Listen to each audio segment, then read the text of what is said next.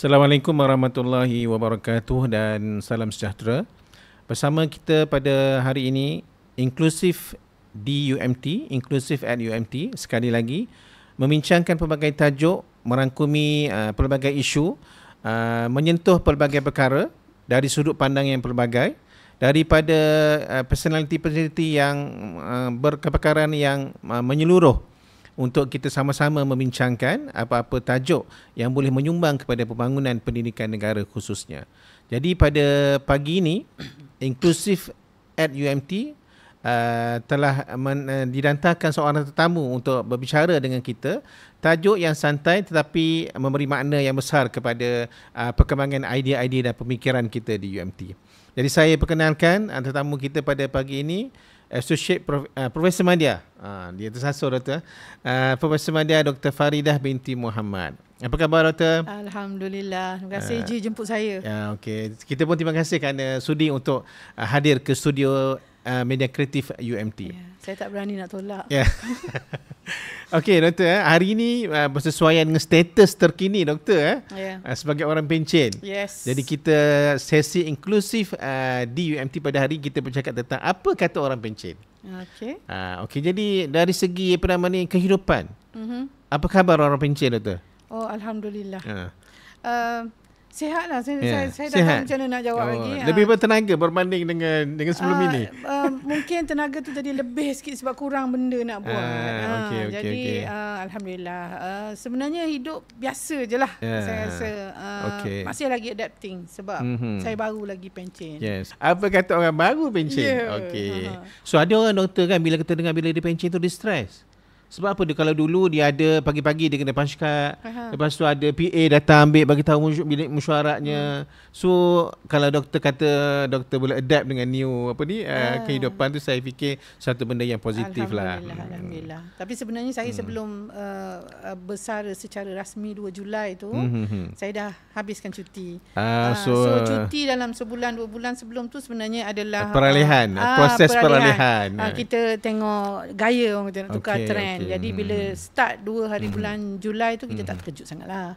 Okey, jadi dia kata tidak berhenti terkejut lah. Dia bukannya break, nanti break mengejut. Betul. Dia memang dah standby lah. Betul. So sepanjang cuti 2 bulan tu sebenarnya almost setiap hari saya ke UMT. Tapi untuk waktu yang pendek lah, mungkin saya datang sejam, mungkin datang 2 jam. Jadi so masa tu kita dah mula lah orang kata proses peralihan kepimpinan jugalah. Itu okey. Betul. Okey, Doktor, so kita nak bercakap tentang apa kata orang baru pencen. Okey.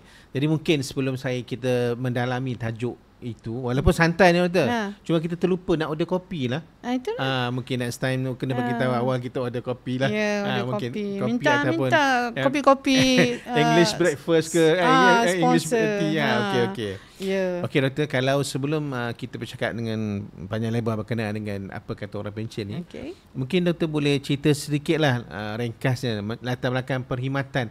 Macam mana Doktor boleh terjun ke perkhidmatan UMT ataupun sebelum ni kita KUSTEM, UPMT dalam tempoh yang berapa lama tu, Doktor? Saya suka soalan tu sebab sejarah saya dengan UMT ni lama lah.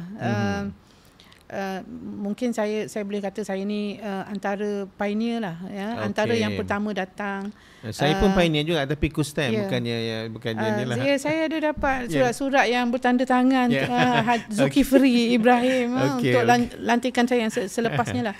Cuma saya mula berkhidmat di tapak UMT ni 1996. Saya graduate 1995. 1996 saya datang sini sebagai tutor. Hampir 30 tahun. Tutor yang masa tu UPMT. Dan saya interview saya sebenarnya di Serdang. Tapi untuk berkhidmat di sini memang penempatan ni memang untuk di Terengganu. Dan masa saya masuk tu, maksudnya saya sempatlah orang kata bersama-sama dengan pembantu makmal yang diterbangkan dari UPM Serdang. Masa nak masuk tu pelajar Bachelor Science Biology batch pertama baru nak masuk. Jadi saya sempatlah orang kata pergi set up makmal. Makmal masa tu ada meja, kerusi dengan kepala paip je. Air pun tak ada lagi. Jadi maksudnya itu sejarah awal lah. Kemudian saya menyaksikan pertukaran nama lah daripada UPMT, kemudian ke College Universiti Terengganu, KUT, kemudian jadi KUSTEM, College Universiti Sains dan Teknologi Malaysia, dan akhirnya kita jadi UMT lah. Mungkin kita antara institusi pendidikan yang banyak bertukar nama lah kot. Betul. Jadi saya tak tahu, mungkin itu sumpahan kot untuk saya sebab saya dulu graduate dari Universiti Melaya. Jabatan saya tu jabatan zoologi. Zoologi pun sekarang dah tak ada.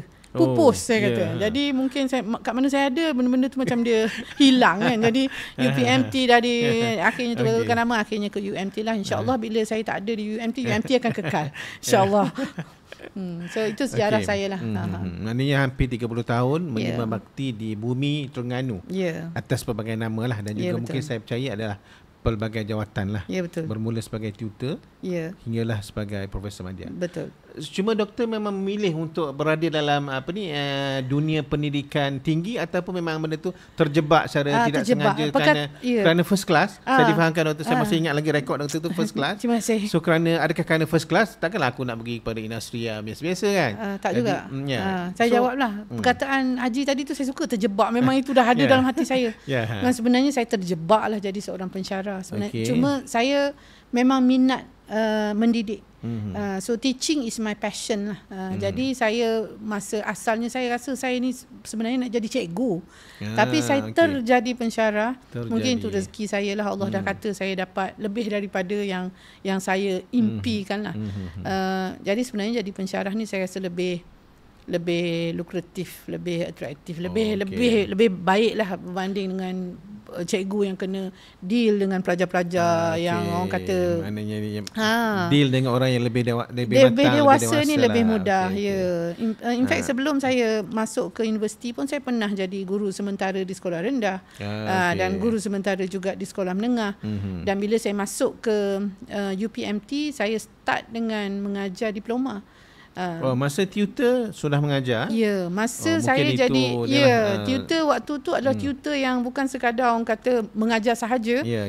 Saya juga develop modul untuk makmal yang bukan untuk satu kursus tapi banyak kursus, sebab masa tu kita tak ada orang kan. Dan saya juga adalah tutor yang jadi driver pergi airport, ambil pensyarah-pensyarah terbang. Multitasking lah ni. Multitasking, dan sehinggalah orang kata tutor waktu tu kita buat macam-macam lah. Cuma kita tak berkira lah. Maksudnya masa tu apa yang kita perlu buat, kita buat dengan, sebab kita ingatlah niat kita tu adalah untuk membantu universiti. Passion kita untuk menyumbang kepada masyarakat dan negara. Betul. Dan macam bila tadi saya sebut, saya kata passion saya in teaching tu. So I love being a lecturer because I can teach. Dan saya bersyukurlah sebab saya melalui fasa pendidikan tu daripada sekolah rendah ke sekolah menengah, diploma dan degree, dan akhirnya bila kita dah dapat PhD, kita apa orang kata supervise pula untuk masters dan PhD. So kita rasalah perubahan orang kata stres tu dalam mendidik ni. Bila Haji sebut kata mendidik orang dewasa, sebenarnya jauh lebih ringan berbanding dengan mendidik kanak-kanak lah. Jadi saya sangat tabik kepada guru-guru di sekolah rendah especially, yang budak masuk tak kenal apa-apa, tiba-tiba keluar pandai baca dan akhirnya jadi manusia lah. Saya rasa itu tempat duduk yang paling istimewa lah guru untuk di sekolah rendah. Tadi doktor sebut terjadinya tutor, terjadinya driver, terjadinya pembantu makmal. Sebelum banyak lagi kejadian kita dengar, jadi kita berehat sekitar, berjeda seketika. Boleh.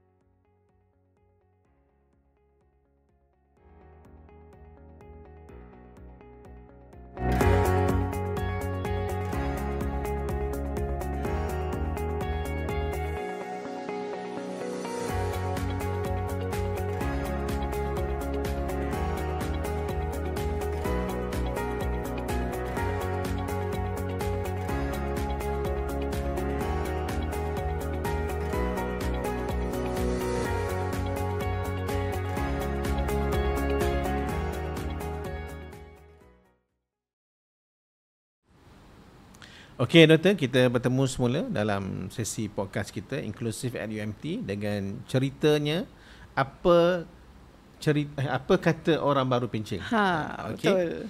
Jadi tadi Doktor menyebut tentang dari segi passion kepada dunia pendidikan lah, yang menyebabkan Doktor memilih untuk berada dalam kerjaya sebagai pensyarah. Betul. Dan saya, kalau kita melihat di peringkat pendidikan tinggi ini, pensyarah itu bukan sekadar untuk sebagai pendidik, tapi pada masa yang sama sebagai penyelidik dan juga sebagai kita kata consultation ataupun community engagement. Jadi selama 30 tahun di dalam dunia pendidikan tinggi, apa Doktor boleh rumuskan tentang peranan pensyarah sebenarnya yang boleh memberi impak kepada khususnya generasi muda dan juga komuniti di luar pada universiti? Soalan tu nampak berat, tapi kita cuba santaikan. Memang berat. Tak ada cara nak menyantaikan soalan jawapan untuk soalan tu lah.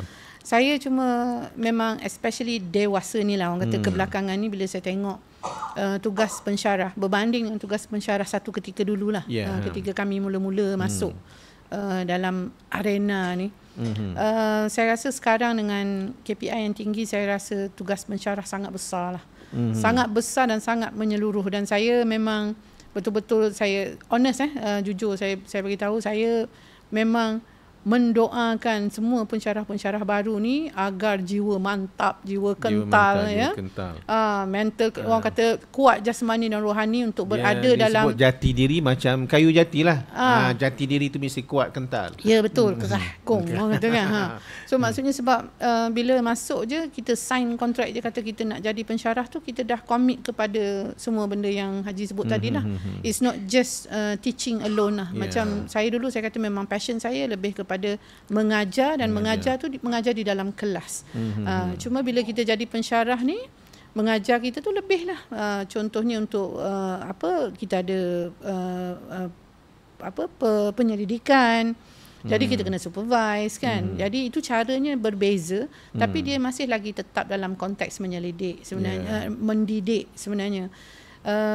Cuma dengan orang kata ketetapan yang saya rasa agak tinggilah dulu, saya tak rasa sekarang ni jadi pensyarah itu adalah sesuatu yang boleh kita tengok sebagai santai lah. It has to be orang kata strategize dengan cantik, supaya bila kita masuk jadi pensyarah yang bahagia dan mencapai apa yang diinginkan oleh universiti, but at the same time kita tak sacrifice diri kita lah. Itu yang saya rasa. Pada awal dulu kami jadi pensyarah dulu, kita tak rasa sangat orang kata tekanan dari segi memenuhi KPI ni, sebab mungkin masa tu mungkin tak ada fokus atau penekanan universiti tu berbeza. Kita rasa yang sebenarnya universiti adalah tempat di mana kita menjana ilmu. Tempat menjana ilmu dengan memberi ilmu tu macam berbeza lah. Sebab kalau memberi ni kita boleh dapat daripada buku teks dan kita teach macam cikgu. Tapi bila menjana ilmu ni, maksudnya kita kena buat ilmu kita sendiri, yang itu datang daripada penyelidikan. Jadi cuma dulu kita rasa mungkin lebih orang kata santai dan lepak untuk kita nak menjana ilmu tu, sebab kurang tekanan. Saya tak tahulah, yang ni kalau nak jawab jujur, mungkin saya rasa ranking, rating yang kita main sekarang ni, because itu adalah dia kata game pada masa sekarang ini yang perlu kita bersama. Kita nak kata game pun we have to be fair to the university as well lah, sebab itu adalah indikator untuk kedudukan kita ataupun performance universiti kita. Jadi nak tak nak kita kena tunjukkan, we have to have some proof that kita dah capai to that level. Jadi yang itu tu walaupun kita nampak macam game, tapi kalau kita tengok secara orang kata terbuka lah, saya nampak it's a good game sebenarnya kan. Jadi cuma tugas kami pensyarah dululah, saya sekarang dah pencen baru pencen. Saya bukan lagi pensyarah, tapi kawan-kawan saya semua ada. Rasanya tugas kita semua sebagai pensyarah ni adalah untuk meneruskanlah penyelidikan tu. Cuma kita sekarang ni kita kena make it visible. Jadi bila nak jadikan dia visible, itulah saya rasa perlukan kepada documentation, perlu kepada evidence dan proof. Itu mungkin sebenarnya yang menambahkan sedikit tekanan lah, kerana kita tak boleh lagi orang kata Macam dulu kalau kita nak buat, kita buat lah. Kita achieve lah. Business as usual. Sebenarnya business as usual cuma dengan tambahan documentation dan documentation of proof and evidence. Yang jadi perlu sebab kita nak ada record. Itu saja saya nampak bezanya lah. Cuma secara keseluruhannya saya rasa at the end seronok sebenarnya jadi pensyarah ni, especially bila kita tengok student kita graduate and then selepas kita dah lama dalam bidang ni, kita pergi mana-mana jumpa dia, doktor, saya student doktor, you know.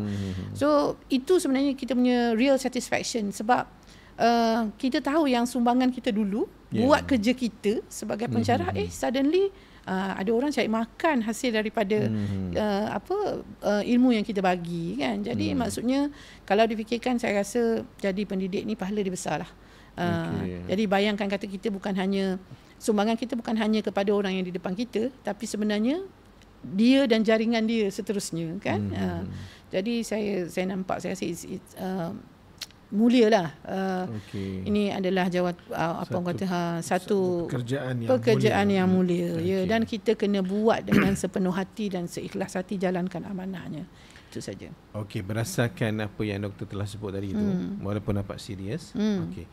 Kalau kita, apa pesanan doktor kepada generasi baru ataupun generasi muda yang sudah baru berada di dalam dunia pendidikan tinggi ataupun yang mungkin bercita-cita, mungkin adik-adik kita di luar sana tu yang baru-baru bercita-cita nak jadi pensyarah sebab nampak hebat pensyarah, menjadi profesor semua tu kan. Apa pesanan doktor kepada mereka ni semua? Bukan kepada pensyarah saja, tak apalah. Okey, sebab Haji suruh saya pesan kepada pensyarah, saya pesan kepada pensyarah. Yelah, kena pesanlah kepada adik-adik yang ditinggalkan. Ya, betul. Dia sebenarnya bila masuk je kita sign kan, kita ada surat yang kita janji kata okey, saya menerima jawatan kita minta ni. Kerja kan? Kita minta kerja kan? Kita minta kerja tu. Lepas tu orang dah bagi kan, masa kita sign kontrak kita tu dah ada apa kita punya tugasan kan. So selain daripada tugas kita apa, pesan saya adalah baca betul-betul kontrak tu masa kita sign tu. Sebab dalam surat tu memang dalam borang tu dah ada tulis tugas kita apa, nombor 1 apa, nombor 2 apa, nombor 3 apa. Jangan sign sebab kita fikirkan gaji dia sedap tengok ke kan. Tapi sign dengan itu adalah amanah. So kita memang kena ingat yang tu lah. Tahun pertama ke, tahun ke-10 ke, tahun ke-15 ke, setahun sebelum pencen ke, masih you kena ingat. Mana momentum tu mesti sama. Ya, dan kita kena ingat itu tugasan amanah kita lah. Dan selain daripada tugasan amanah tu, saya pesan jugalah kepada yang baru masuk pun, selain daripada tu kita juga ada surat yang kita berjanji yang kita tak boleh buat apa, kita tak boleh buat apa. Dia ada kan semua benda tu dalam borang tu. Bacalah benda tu dan simpan, cerna, buat yang tu je. InsyaAllah you buat semua benda tu, yang lain tu datang sendiri. Itu pesanan sungguh saya. Dan once you pegang yang tu betul-betul, InsyaAllah kita takkan tersasar lah. Dan pangkat tu dia datang automatik kalau kita memang buat apa yang kita sepatutnya buat. Itulah. Kata kena santai kan. Tiba-tiba tak percaya Haji kalau cakap pasal pensyarah ni tu tak boleh santai. Sebab dia benda tu benda yang macam mana beratnya amanah sebagai pensyarah tu, begitulah berat untuk kita melafazkan kata-kata dia kan. Betul. Jadi saya tak bolehlah bergelak ketawa cakap yang ni memang serius. Saya rasa pegang yang tu lah. So maknanya basically kalau you want to success in your career ni, kena tahu peranan dan jalankan peranan dan amanah yang telah diberikan. Ataupun yang lebih tepat, amanah yang dipinta. Kita tak ada pun kita duduk saja rumah tiba-tiba mari surat UMT jemput sebagai pensyarah. Tak ada dah. Saya dulu tak dijemput. Tak tahulah kok ada kan. Tak ada lagi lah kita dengar cerita kan. Jadi maksudnya kita tahu peranan dan amanah kita, insyaAllah kita boleh deliver apa yang sepatutnya kita deliver. Betul. So, kalau pada anak-anak kat luar tu yang tengok best sebagai pensyarah, profesor Bandia ni macam mana? Masuk je lah. Okay. Masuk je. Sila. Jadilah pensyarah. Seronok. Memang seronok pun kan. Cuma bila sebut pasal tanggungjawab tadi tu dengan amanah tu, saya sukalah juga nak sebut orang kata kepada kawan-kawan saya lah ataupun adik-adik yang still ada dekat sini yang mungkin ada juga lah yang cakap tingginya KPI, stres nak capai KPI dan sebagainya kan. Tapi saya memang honestly lah, saya rasa KPI itu saya pandang sebagai amanah. Jadi bila KPI itu adalah amanah, bila dia keluar setiap tahun tu, Maksudnya jadi tanggungjawab kita lah untuk memenuhi. Cuma harapan kita, orang kata yang tukang set amanah tu pun macam ialah kita kena praktikal lah ketika kita meletakkan amanah. Sebab saya pun nampak, saya rasa macam ialah kita sepanjang hampir 30 tahun duduk dalam ni kan, saya nampak macam the beauty bila kita jadi pensyarah ni, you nak naik, nak jadi profesor tu dia tak ada sekatan. Maksudnya betul. You buat, you rajin, you perform, you tunjuk, you ada semua benda, you boleh naik. So maksudnya adik-adik saya pun dah ada jadi profesor kan. Dan kita sebagai orang yang macam ni kalau kita faham bahawa jawatan tu dia datang by performance kan. Jadi dia sepatutnya tak adalah isu hasad, dengki ke apa benda ke. Yang itu yang saya kata bagus, sebab you work for it, you bagi all your effort, you boleh pergi ke tempat yang lebih tinggi tanpa sekatan. Cuma saya nampak lah sepanjang 30 tahun ni, orang kata hampir 30 tahun ni, saya tengok kawan-kawan saya yang naik cepat. Saya tengok kawan-kawan saya yang tak naik. Saya tengok adik-adik saya yang macam saya. Ada juga adik-adik saya yang memang laju. Cuma kita kata macam laju tak laju tu, saya nampak sebenarnya yang memang sampai ke level tertinggi dalam akademik, profesor lah kan. Semua tu saya memang kagum lah, saya tabik lah. Sebab itu semua datang daripada hard work, saya rasa. Memang hard work. Dan saya nampak, because talking about amanah tadi tu, kadang kita nampak macam those yang dapat tu sebenarnya dia sacrifice a lot lah. Maksudnya sacrifice dari segi masa. Dia orang ni kerja siang malam sebenarnya. Saya nampak untuk yang dapat profesor ni orang kerja siang malam yang memang saya nampak penat lah. Jadi itulah kita kata cakap pasal amanah ni, mungkin yang tukang set amanah tu mungkin kena tengok jugalah. Okey, tapi doktor yang apa ni, yang penat itu bila kita melaksanakan tahu tanggungjawab kita. Tapi masih lagi dalam boleh happy-happy kan. Indeks kesejahteraan pensyarah dekat UMT saya tengok okey, tak ada masalah kan. Mungkin pensyarah itu kami ni pandai berlakon. Kita tak boleh tunjuk yang kita ni penat ke depan. Pelajar kita kena maintain kan. Memang saya tertarik yang doktor sebut tadi tu, bahawa dalam untuk adik-adik kita, anak-anak kita kat luar sana, kalau mereka nak join, nak sertai perkhidmatan awam, perkhidmatan pensyarah adalah antara pendidikan awam yang terbaik. Kenapa? Mereka diberikan peluang seluas-luasnya untuk mereka berkembang dalam kerjaya mereka tanpa ada sekatan. Kalau rajin maka boleh buat rumah banglo, kalau rajin lagi boleh buat istana, kalau rajin lagi boleh buat apa sahaja, bergantung kepada komitmen masing-masing. Okey doktor, itu antara saya fikir jawapan atau respon doktor berkenaan dengan 30 tahun berkaitan dengan perkhidmatan di dalam bidang pengajian tinggi, khususnya sebagai pensyarah ni. Okey, kita berehat sekali lagi untuk kita ambil mood untuk kita kembali kepada kita punya objektif ni, nak santai ni. Tak apa. Nampaknya kita ni kadang-kadang jangan tanya pasal pensyarah. Kita kadang boleh terpesong daripada kita matlamat kita nak santai. Kita rehat dulu supaya kita boleh ambil balik mood pasal santai. Beres. Okey.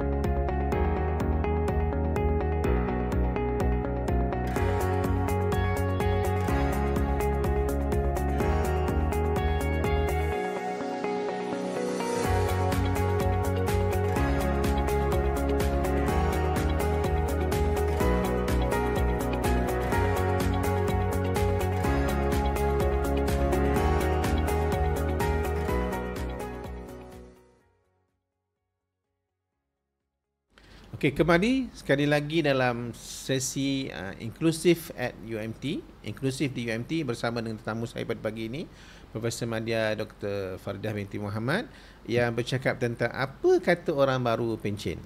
Okey, doktor, kita boleh sambungkan lagi Boleh. Kita cuba untuk ambil balik mood santai tadi tu. Okey. Okey. Soalan ni dia macam soalan, saya cuba untuk jadikan soalan tu ada ni santai lah. Saya cuba untuk jawab tak serius sangat. Saya ni serius orangnya. Ya, okey, baru tahu. Sebab besar baru tahu soalan serius. Baik, saya bagi tahu. Okey, doktor, tadi berdasarkan apa yang doktor dah cerita tadi tu, nampak macam passionnya ada, kesedaran tentang amanahnya cukup tinggi, kepentingan dalam melaksanakan tanggungjawab tu nampak memang sangat bagus. Tapi kenapa pilih besar awal? Ada yang ada something yang regret ke, ataupun ada apa yang sebenarnya membawa kepada keputusan persaraan awal ni? Saya nak jawab macam malu sebenarnya. Tapi tak apalah, saya jawab apa yang benar. Kena jawab. Bila tanya kena jawab. Saya kalah dengan teknologi. Okey. So perkembangan AI yang dikatakan akan memacu dunia ke arah yang lebih laju ni, pada saya dalam dunia pendidikan ni sebenarnya satu cabaran lah. Saya tak, mungkin saya rasa macam saya tidak terlalu terkedepan dengan AI lah, tapi saya tak appreciate kerja pelajar yang dibuat menggunakan AI. Contoh. Okay. Sebab saya ni jenis dalam orang, bidang sains tu macam mana dia dimanfaatkan AI tu? Dia tak kira dia uji kaji tak boleh di AI kan? Betul. Tapi maksudnya dia boleh guided kan? Macam contoh kalau kami lah mengajar, kita ada assignment, kita ada juga subjek-subjek yang kita macam bila kita ajar subjek tu subjek yang orang kata kalau dulu biologi ni dianggap sebagai reading subjek kan? Maksudnya you baca you boleh jawab. Jadi sebenarnya adanya AI ni tools yang nak bantu kita dalam pendidikan ini, saya punya personal pendapat peribadi saya. Dia memang boleh lajukan untuk kita nak dapat bahan untuk kita mengajar pun boleh. Pelajar nak dapat bahan untuk lajukan dia buat assignment pun boleh. Dan saya ni orang yang sangat ekspresif. Bila pelajar hantar kertas kerja dia, saya akan cek satu-satu dan saya akan komen. Jadi saya akan komen kata ni bagus ni. But bila AI ni dah ada, kita dah jadi macam, saya sendiri dah jadi apa orang kata, tiba-tiba saya jadi buruk sangka. Datang satu kertas saya akan cakap ni buat sendiri ke AI? Saya rasa itu tak bagus. Itu tak adil. Sebab untuk budak yang memang buat sendiri, dia hantar dan kita ada that remark, itu tak adil untuk dia. Untuk budak yang memang boleh pejam mata, masukkan prompt yang betul saja, keluar. Sekarang ni essay aja 2 muka surat, 3 muka surat, tak boleh, sampai seminit pun. Boleh. Boleh dibuat. Itulah, kan. Apa ni, teknologi. Teknologi. Jadi saya kalah dengan benda tu dan saya rasa saya tak nak tertipu dengan student saya yang lebih advance. Jadi saya rasa it's time for me to go lah. Sebab saya tak nak kata I don't want to spend my entire life expressing my views or remarks on not an original work by my student. So and then bila kita tengok kan dalam macam-macam retraction paper ni retracted sebab ni AI saya tengok saya rasa macam that's it lah. Saya kalah dengan tu. Saya rasa saya masih lagi orang kata traditional. So saya rasa kalau AI ni dia sedikit hilang kemanusiaan lah, dalam hilang roh lah. Roh pendidikan itu. Roh tu kurang dalam lah. kita mendidik itu. Dan cara untuk you nak deliver you punya pengajaran. Sebab saya bagi tahu kan, passion saya memang in teaching. So saya rasa saya faham jugalah. Jadi sekarang ni untuk jadi seorang pensyarah, ni pesanan jugalah kepada pensyarah-pensyarah yang still ada dalam dunia ni, pendidikan ni. Bila kita sekarang ni, cara untuk kita nak deliver pendidikan tu pun dah kena berbeza. Sebab dia dah berbeza sangat-sangat. Generasi berbeza, teknologi berbeza. Dia kena total revamp. Dia bukan sahaja orang kata content kita tukar untuk suitkan AI, tapi cara kita bagi, cara kita assess budak dah tak boleh dah on paper. You kena tanya dia secara lisan. Kan? Sebab kita nak pastikan whatever yang you dapat, pelbagai sumber pun you dapat, bukan sekadar you transfer daripada AI atau ChatGPT pergi ke kertas yang kita hantar. Tapi dia sepatutnya lalu dalam ni dulu, proses, retain, lepas tu you boleh keluarkan ataupun keluarkan dekat tangan, tulis tangan. Saya sampai satu ketika saya memang minta dia tulis tangan. Sebab saya nak ada benda yang berjalan dalam ini kan. Mungkin teknologi antara kelemahannya dia memotong ataupun berapa proses-proses tertentu. Menyebabkan hasilnya mungkin hasilnya lebih baik, tapi akan ada benda-benda lain yang akan hilang dalam proses tersebut. Betul lah. Itu pendapat peribadi lah je. Bukan ni jugalah kan. Tapi itu salah satu cabarannya keupayaan untuk mendapat perubahan itu agak mungkin untuk saya keberatan. It's a challenge for me lah. It's a big challenge lah untuk embrace change dalam you punya profession. Menyebabkan keputusan untuk itu salah satu lah. Berundur lebih awal. Tapi kalau nak jawapan santai saya boleh je. Saya keluarga saya yang perempuan umur tak panjang ni. Umur 55 mak saya dah pergi. Jadi saya kata saya tak nak lah nanti kan pencen tahun ni, tahun depan saya dah goodbye. Kan saya nak pakai lah duit pencen saya tu untuk saya jolly. Nak jolly Jolly lah insyaAllah. Okey doktor. Okey, maknanya di kadang-kadang benda tu dia kadang-kadang kepuasan diri kita pun ada. Kita fikir nak merancang benda-benda yang lain. Sebelum kita lah doktor sebut adalah menghadap ke dunia yang lebih kekal kan. Okey. Kalau tak apa, kalau begitulah apa ni di sebaliknya pusaran awal tersebut. Okey, jadi kalau saya boleh tanyakan juga, dalam tempoh 30 tahun ni saya rasa selain daripada menjadi pensyarah, banyak peranan-peranan yang rasmi selain daripada dia driver ke jadi muatamad amal, itu memang itu kira sumbangan lah. Sumbangan untuk akhirat lah tu kan. Saya banyak peranan atau tanggungjawab yang telah diberikan kepada doktor. So apa kalau saya boleh tanyalah, apa yang doktor rasa bahawa doktor tak sempat nak buat dan doktor wish untuk benda tu dapat dilaksanakan oleh orang lain, ataupun mungkin bolehlah disambut oleh pimpinan-pimpinan yang lain. Pimpinan ke? Saya sebenarnya ataupun mungkin anak buah ke? Saya miss, like I told you lah, my passion is teaching. Saya rasa itu antara benda yang saya rasa saya miss sungguh-sungguh lah.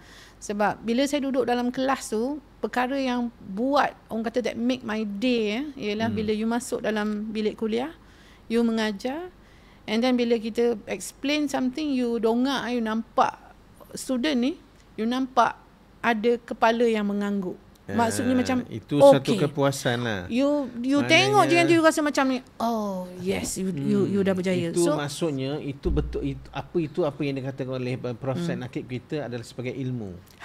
The arrival of meaning to the soul. Maksudnya jadi bila diangguk tu sebagai bila diangguk tu maksudnya sampai.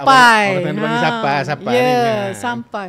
Jadi itu memang saya punya ni lah. Jadi bila Haji kata apa benda yang Haji rasa mungkin saya wish saya sempat buat sebelum saya pencen, tapi saya tak sempat buat, dia kembali kepada tugas saya jadi pensyarah lah. Jadi bila saya mengemas barang ni untuk nak keluar dari bilik tu, barulah saya perasan yang sebenarnya sangat banyak ilmu yang saya dah jana melalui orang kata pendidikan macam masters, PhD, PITA contoh PITA lah. Yang lain tu kita cari daripada textbook. Kita memang guna ilmu orang lain, kita sampaikan saja. Tapi yang kita jana tu banyak sebenarnya yang PITA punya kerja, orang kata satu blok tu lah adalah tesis student kan. Yang tesis ni sebenarnya hanya kekal dalam tu. Tapi kita tak sampaikan secara orang kata secara rasmi lah. So I wish lah, kata sekarang ni ada masih lagi tesis ada beberapa yang saya simpan, yang saya harap saya ada masa untuk saya tulis secara santai lah. Bukanlah tulis artikel jurnal saintifik lah, kena macam-macam literature review semua tu tak payahlah. Tapi nak lebih kepada orang kata nak menyampaikan ilmu yang kita dah buat, sebab itu semua adalah ilmu baru dan ada nilai dia dari segi sainsnya kepada khususnya negara kita lah. Sebab kita, macam saya sebagai seorang zoologis, saya bekerja dengan semua spesies-spesies haiwan tempatan. Jadi apa-apa yang baru yang kita dapat, ilmu ni kalau tak disampaikan, maksudnya tak ke mana lah. Jadi mungkin kita boleh, orang kata ni pesanan jugalah kepada pensyarah-pensyarah sedia ada, mungkin boleh ajar student-student kita untuk menulis ke majalah sains, atau Dewan Kosmik, benda yang mudah, tapi ilmu itu tidak dibazirkan pada saya daripada terperuk saja dalam tesis. Tak ada siapa yang tahu kecuali ilmu kita. Ilmu itu perlu disebarkan. Perlu disebarkan. Dan saya rasa that's what I miss lah. Saya sepatutnya buat benda tu. So kalau adalah antara kawan-kawan saya yang pick up benda ni, I hope before dia orang pencen tu, tengok balik you punya tesis pelajar undergraduate, especially write to local science magazine kita, surat khabar ke, tapi sampaikan kepada masyarakat lah. Sayang saya tu. Sebab itu boleh jadi sumber jariah juga tu. Kalau yang so itu yang kata jadi asbab kita masuk syurga, mana tahu kan. InsyaAllah. So, jadi kalau begitu minat sangat pada yang mendalam pada teaching, kalau ditawarkan sebagai pengajar khas, bersedia? Kecewa. Selagi dia melibatkan teaching, no problem. Saya ada masih sedikit lagi lah orang kata. Tapi saya tidak ada autoriti untuk menawarkan. Saya sekadar bertanya. Maksudnya cuma sebab saya ni dulu saya suka jadi pensyarah ni sebab dulu you nak jadi pensyarah, you masuk kelas, you ngajar je. Tak ada tulis. Tapi sekarang ni saya nampak sebab dengan ISO-nya, dengan auditnya sebagainya, documentation adalah satu perkara yang sangat-sangat penting, dan you have to be very detailed. Saya secara personal, saya rasa bila terlalu detail, kita terpaksa tulis semua benda. Saya dengar ramai orang tewas dengan documentation.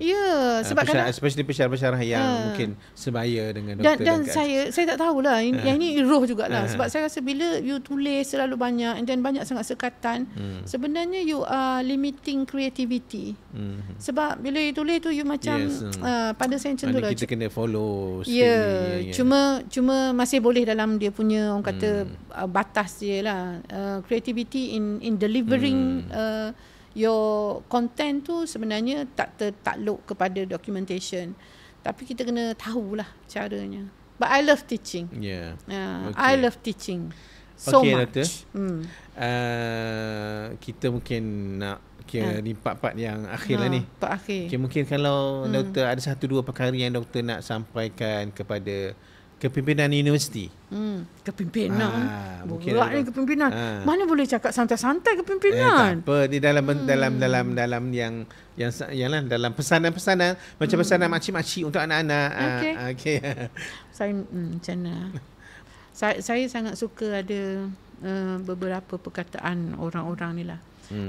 Kalau ini pun kepada pensyarah pun boleh pakai lah. Kita ni dalam kita menyampaikan sesuatu, kita kena niat untuk ubah somebody tu jadi seorang yang bijaksana. Bijaksana lah. Saya tekankan perkataan bijaksana tu. Dan kita sendiri pun saya rasa kita kena embrace lah, dan yang tak cukup dengan hanya menjadi bijak sahaja. Tapi kita kena bijaksana. So ada orang tanya saya, apa beza bijak dengan bijaksana? Bila kita ni bijak, kita kata kita boleh jadi licik. Licik tu dia agak negatif sikit dia punya betul kan. Jadi itu saya pun sebut juga. Saya kata kalau you ingat orang-orang yang pecah amanah sampai juta-juta tu, saya kata you ingat dia orang tu orang tak pandai ke? Orang bijak tu, tapi dia tak bijaksana. So bijaksana ni adalah di mana bila you ada you bijak, you ada cukup ilmu, tapi you menggunakan ilmu tu dengan jalan yang benar, sampai kita akan dapat ke posisi yang tertinggi di sini dan juga di sana, kan? Itu maksud bijaksana. Dan saya pun cakap dulu, ilmu bila ada, jangan ilmu tu simpan di otak, tapi ilmu harus penuh di dada. Kenapa di dada? Sebab bila ilmu penuh di dada ni, bila kita guna ilmu tu untuk jalan yang salah, dada kita bergetar sebab takut. So itu yang saya cakap tu, memang ada budak tu memang dia dengar ni, dia cakap, doktor saya takut. Kata baguslah. Sebab setiap orang yang kita sampaikan ni macam kita pesanan itu sampai betul-betul sampai kita sebagai administrator pun kita kena bijaksana lah. Maksudnya kita ada ilmu lebih daripada orang lain, so maksudnya gunakanlah dia dengan bijak supaya di sana nanti kita takkan ditanya, kan? Sebab so itulah saya sebut benda ni, saya takut. Jadi pesan saya gitulah. Untuk jadi orang, jadilah orang yang bijaksana. Jadi pemimpin, jadilah pemimpin yang bijaksana. Bijaksana lah. Whoever you are, jadilah orang yang bijaksana. Okay. InsyaAllah kita selamat dunia akhirat. Okay, InsyaAllah. Okay. Dan terakhir sekali Doktor. Tadi dah akhir. Ini masuk, itu baru nak landing. Ini dah kira nak, orang kata nak berhenti ni. Crash landing. Harapan kepada UMT. Harapan kepada UMT. Of course saya mengharapkan UMT maju jaya. Maju jaya tu macam sangat umum lah. Tapi to have sebenarnya saya sebagai rakyat Terengganu lah, saya sangat bangga ada satu universiti yang membawa nama Terengganu di belakangnya. Dan saya rasa kejayaan UMT sekarang pun sebenarnya kita dah dikenali, dan pencapaian kita pun sebenarnya kalau orang kata macam hebat kita je yang nampak hebat, tak, sebenarnya orang luar pun nampak kita hebat. Jadi saya harapkan bahawa barang siapa pun yang duduk di atas yang memimpin UMT, pimpinlah UMT dengan ikhlas. Sebab jatuh bangunnya sebuah universiti itu terletak pada kepimpinan yang mantap. Dan kepada warga UMT juga, barang siapa pun yang memimpin, kita sebagai anak buah sebenarnya tanggungjawab kita untuk mendukung aspirasi ataupun mandat yang diberilah. Jadi saya rasa kalau semua orang faham balik kepada sign dokumen tadi tu kan, agreement untuk kerja, you faham you punya tugasan, you buat you punya tanggungjawab, insya-Allah kita akan pergi dengan automatik lah orang katakan. So insya-Allah itulah jadi doa saya supaya warga UMT semua harmoni, bahagia bekerja, dapat gaji pun suka hati, tak ada apa orang kata, tak ada grudge lah orang katakan. So insyaAllah kita akan cemerlang dunia akhirat lah.